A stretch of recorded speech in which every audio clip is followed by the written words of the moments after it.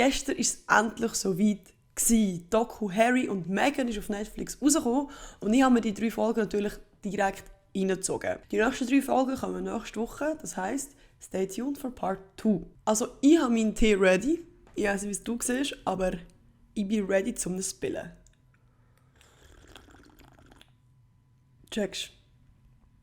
Tea-Spilling. Die beiden starten die Doku damit, wie sie erzählen, wie sie sich kennengelernt haben. Und zwar soll das so passiert sein. Der Harry soll classic auf seinem Handy auf Insta am Scrollen sein und dann soll er sie gesehen haben in einem Video von einer Kollegin von ihm. Meghan Markle sei dort zu sehen mit einem Hundefilter von Snapchat und er hat direkt gedacht, die Frau muss ich kennenlernen und hat dann seiner Kollegin geschrieben, so, ja, wer ist das und so. Die Kollegin hat wiederum der Meghan Markle ein Mail geschrieben, so, oh mein Gott, Meghan. Ich glaube, der Prince Harry finde ich ganz gut und dann haben sie angefangen, ein bisschen hin und her zu schreiben und haben sich dann getroffen. Der Prince Harry ist eng mit Botswana verbunden, weil er dort seit seiner Kindheit immer mal wieder vorbeigeht und dort sehr gute Freunde hat. Im Sommer 2016 hat er Meghan dann mit eingeladen für die Ferien und dann sind sie zusammen eine Woche im Zelt in der Wildnis und das ist, by the way, erst ihr 3. Treffen gewesen. Dort haben sie gemerkt, es funkt einfach wirklich und sie haben die Beziehung für sich selber offiziell gemacht. Für die Öffentlichkeit natürlich nicht. Im Oktober 2016 ist dann die Beziehung schon öffentlich geworden. Ein Jahr später hat er ihr dann einen Heiratsantrag gemacht und im November 2017 haben sie ihre offizielle Verlobung dann bekannt gegeben vor der Öffentlichkeit. In den Medien haben wir immer wieder lesen, dass Meghan zum Beispiel kein gutes Verhältnis hat mit der Kate und dass sie nicht gut ist aufgenommen worden von der Familie. Das widerlegen sie jetzt aber in ihrer Doku. Der Harry erzählt in der Doku über das erste Kennenlernen von der Meghan und seiner Familie. Er erzählt, wie seine Familie sehr positiv überrascht war von der Meghan. Weil seiner Meinung nach hatten sie ein bisschen Vorurteile gehabt, weil sie so eine amerikanische Promi-Schauspielerin war und die Vorurteile sagen sehr stark gegen sie. Aber, wo sie Meghan kennengelernt haben, waren alle sehr überrascht und haben sie mit offenen Armen empfangen. Etwa so. Was ich mich persönlich immer noch gefragt habe, wenn man dort heiratet und keine Ahnung hat von dem Protokoll, bekommt man da irgendwie eine Einführung oder gibt es ein Handbuch oder ist es Learning by Doing? Meghan hat es verraten und zwar, es ist einfach Learning by Doing. Dann kommen wir zum Thema, wo wir alle gewusst haben, dass es kommt, und zwar Rassismus. Laut diesen beiden hat es vor allem angefangen, nachdem Daily Mail einen Artikel herausgebracht hat, wo sie behauptet hat, dass Meghan almost straight out of Compton kommt. Die Meghan ist ja gemischt. Ihre Mami ist dunkelhäutig und ihr Vater, der Thomas, ist weiss. Die Medien haben sich aber nur auf die Mutterseite konzentriert und haben versucht, dort irgendwelche Sachen herauszufinden.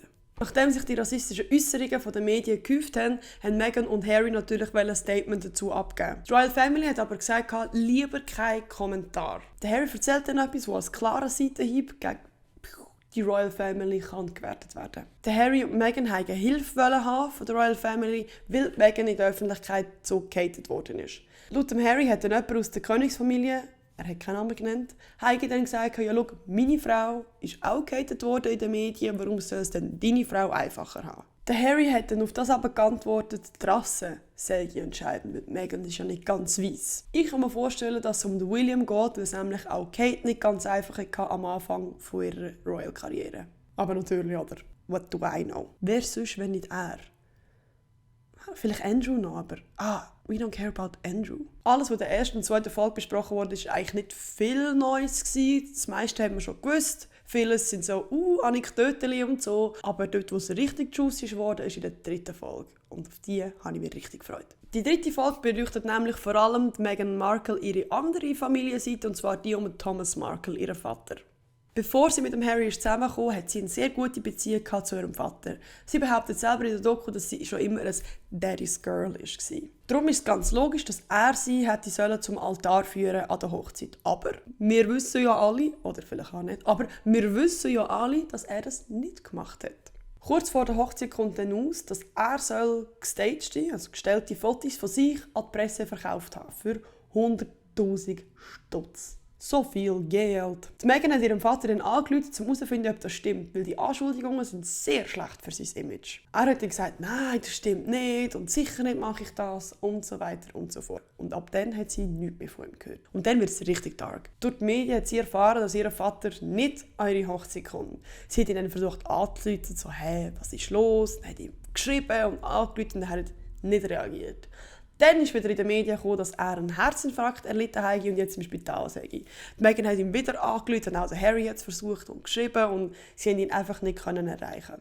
Nach einer langen Phase von Ungewissheit sind dann die ersten Nachrichten gekommen.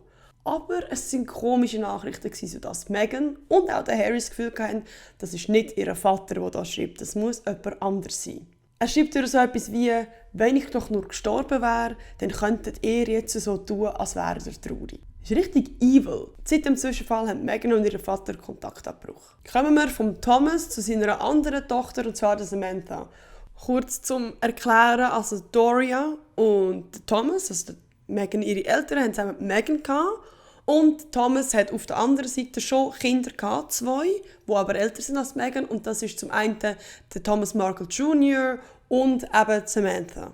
Die Meghan, ihre Halbschwester Samantha, sollte man ein bisschen kennen, wenn man ein bisschen im Royal Business Game inne ist. Samantha ist schon oft mit negativen und sogar hetzerischen Kommentaren in den Zeitungen aufgefallen gegen ihre Halbschwester Meghan.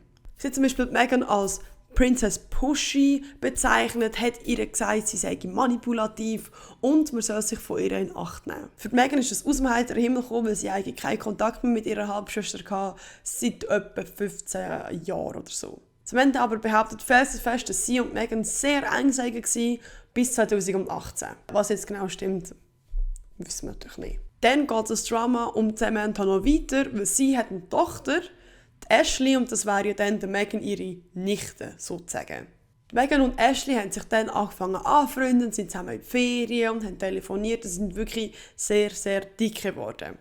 Samantha ist dann natürlich nicht eingeladen worden zu der Hochzeit, aber Meghan hätte gerne ihre Tochter, also die Ashley, also ihre Nichte, oh mega zu kompliziert, hätte die Ashley gerne an der Hochzeit gehabt. Jetzt ist aber die Frage, wie erklärt man das, dass die Ashley eingeladen wird, aber die Samantha, also eigentlich die Meghan, ihre Halbschwester, nicht. Die Pressestelle vom Königshaus hat sich dann dazu entschieden, dass die Meghan eigentlich muss der Ashley sagen, dass sie doch nicht an die Hochzeit kommen darf. Die Ashley hat das sehr verletzt und sie gibt natürlich ihrer Mutter, der Samantha, die Schuld, dass sie eigentlich die Beziehung zwischen ihr und der Meghan ruiniert hat. Samantha hat die Dokumentation natürlich nicht auf ihr sitzen lassen und ist direkt in ein Interview gegangen und hat die Dokumentation eine Flopumentation genannt. Sie sagt, Meghan lüge die ganze Zeit.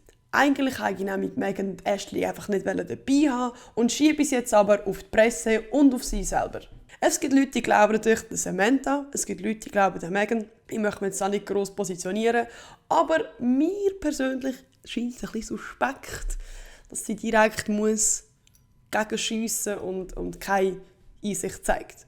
Kommen wir noch zu den kritischen Stimmen von dieser Dokumentation. In der Doku sehen wir immer wieder Paparazzi, wie sie verfolgen. Man sieht x Paparazzi, die einfach dort stehen, ready zum Knipsen.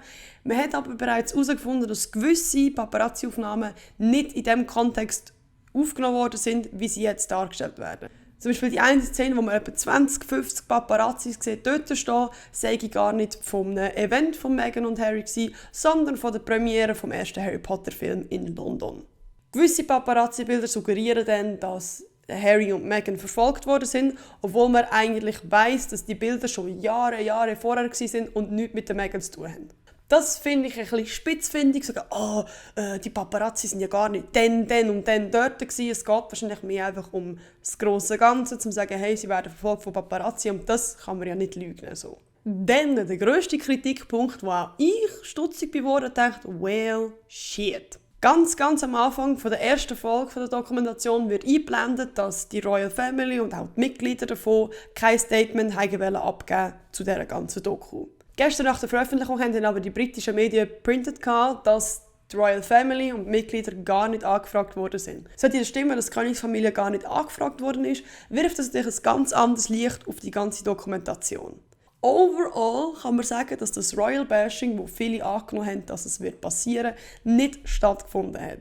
Die Doku, oder zumindest der erste Teil, dient mehr so ein bisschen zur Imageaufbesserung von diesen beiden. Und ich persönlich finde, haben sie nicht schlecht hinbekommen. Sie haben private Einblicke gezeigt und sind sehr nahbar gewesen, was mir persönlich gefallen hat. So habe ich Meghan noch nie erlebt.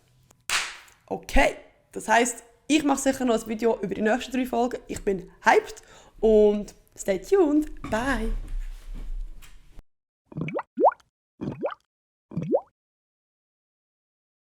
Samantha.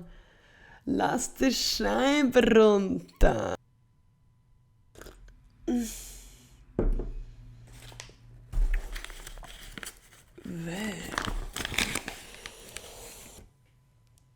Zucker für meine Arterien.